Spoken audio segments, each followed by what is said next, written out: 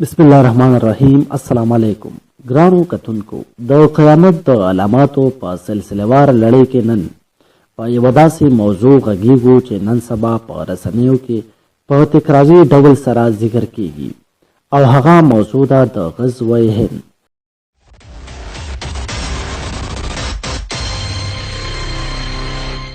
څرنګه چې نن د رسنیو دور دی، بالخصوص د ټولنیزو رسنیو یعنی فیسبوک او یوټیوب، او هر شخص د خپل شهرت او د یو څو پیسو په خاطر نړۍ ته حیرانونکي او جالبې ویډیوګانې نشر کوي چې یوه موضوع د غزوه هند پر اړه ده، او پر دې موضوع بغیر له تحقیق څخه د ځینو لوبغاړو، سیاسي کارکونکو، لیکوالانو او نورو ګڼو اشخاصو نظرونه پیش کوي چې د حقیقت څخه ډیر لرې دي او د یو قوم او یو هیواد لپاره د قرآن او حدیث غلط تعبیلات کوي، لکه څرنګه چې نن د غزوه هند پر اړه کیږي.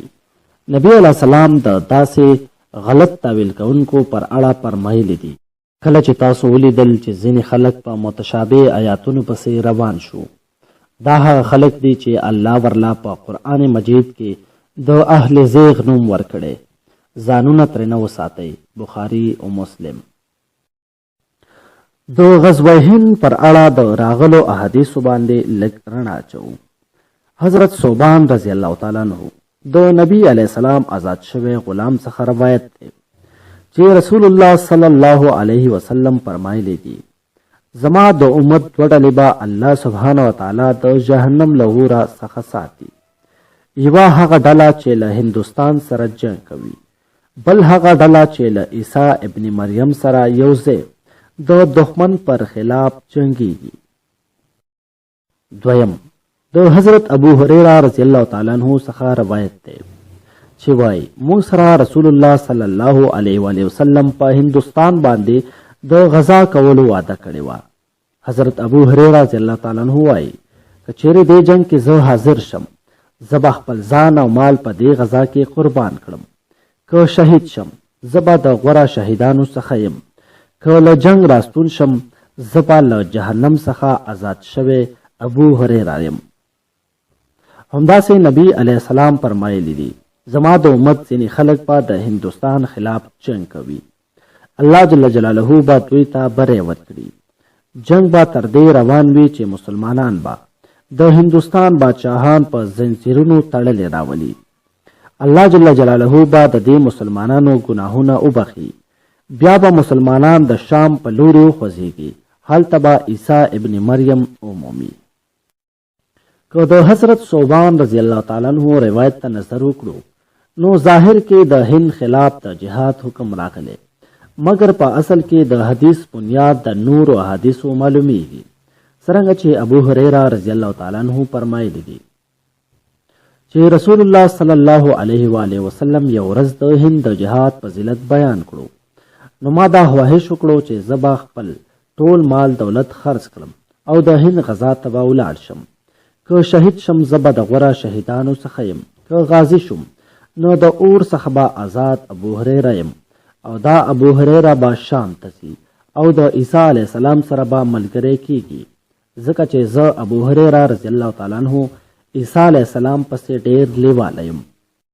اوس که په دواړو احادیثو نظر واچو، نو دواړه احادیث صحیح دي، ځکه چې د ثوبان رضی الله تعالی عنہ حدیث کې د اور څخه د بچ کړی شوو ډلو ذکر دی، او د ابو هريره رضی الله تعالی عنہ په حدیث کې د غزوه هند فضیلت سره د غزوه هند وخت هم ټاکل شوی دی، یعنی د هند غزا به د امام مهدي په دور کې پیل کیږي او د عیسی علیه السلام دوباره ځمکې ته راتګ سره سم به پای ته رسیږي. په دې اساس نن سبا د رسنیو د لارې چې کوم اشخاص د هند د غزا ډول غږوي بې بنیاد دی. کله وایي د افغانستان څخه به د امریکا د وتلو وروسته به هند غزا پیل شي، کله یو څه وایي، کله بل څه، چې په اصل کې دا یوه سیاسي او دروغجنه حربه ده چې د اسلام د حکمونو څخه ګټه اخلي. که چېرته د هندوستان یو شخص د میډیا د لارې د هند د غزا تعویلات واوري، نو هغه به دا فکر کوي چې اسلام د نن څخه 1442 کاله وړاندې هم د هند دښمنو، نو په دې اساس د هغه ذهن با یو داسې تصویر واخلي چې گویا اسلام د ظلم او تشدد مذهب دی او دې سره د هغه د مسلمانانو سره دښمني لا پسې ډیره شي. څرنګه چې هند ته اسلام د محمد بن قاسم په لاس را ورسېدو، که د محمد بن قاسم سیرت وګورو نو د هغه راتګ هم د ظلم خلاف و، نه د بل کوم غرض لپاره چې د وخت د ظالمو راجاګانو تختونه یې نسکور کړل. محمد بن قاسم د 4-5 مجاهدینو سره د ایران کارمان بیلی او بیا دیبل یعنی کراچۍ ته راورسېد.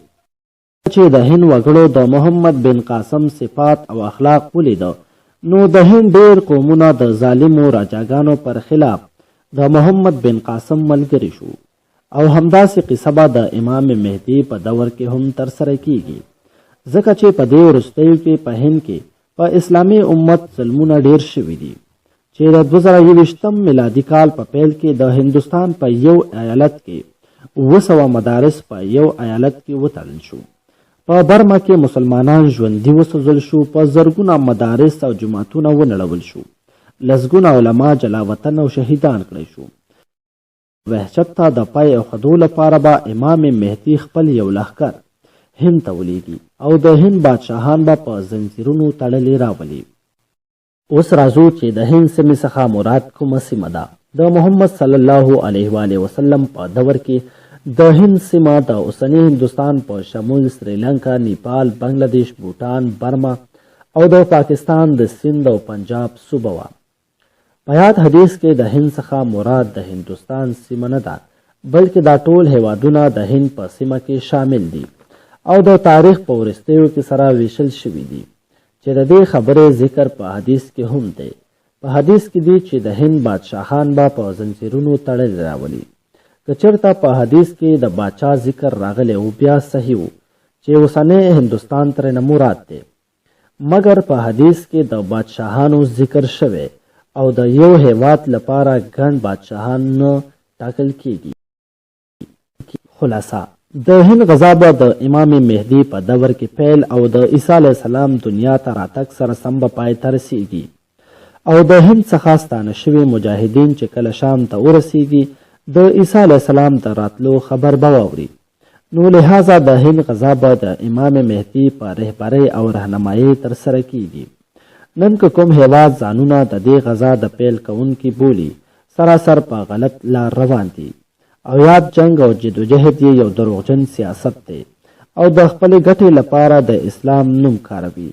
هغه ځکه چې نن په نړۍ کې هیڅ اسلامي هیواد نشته چې د اسلام د بقا او تحفظ لپاره جهاد وکړي، که هغه سعودي عربستان دی، پاکستان، افغانستان او یا کوم بل هیواد وي.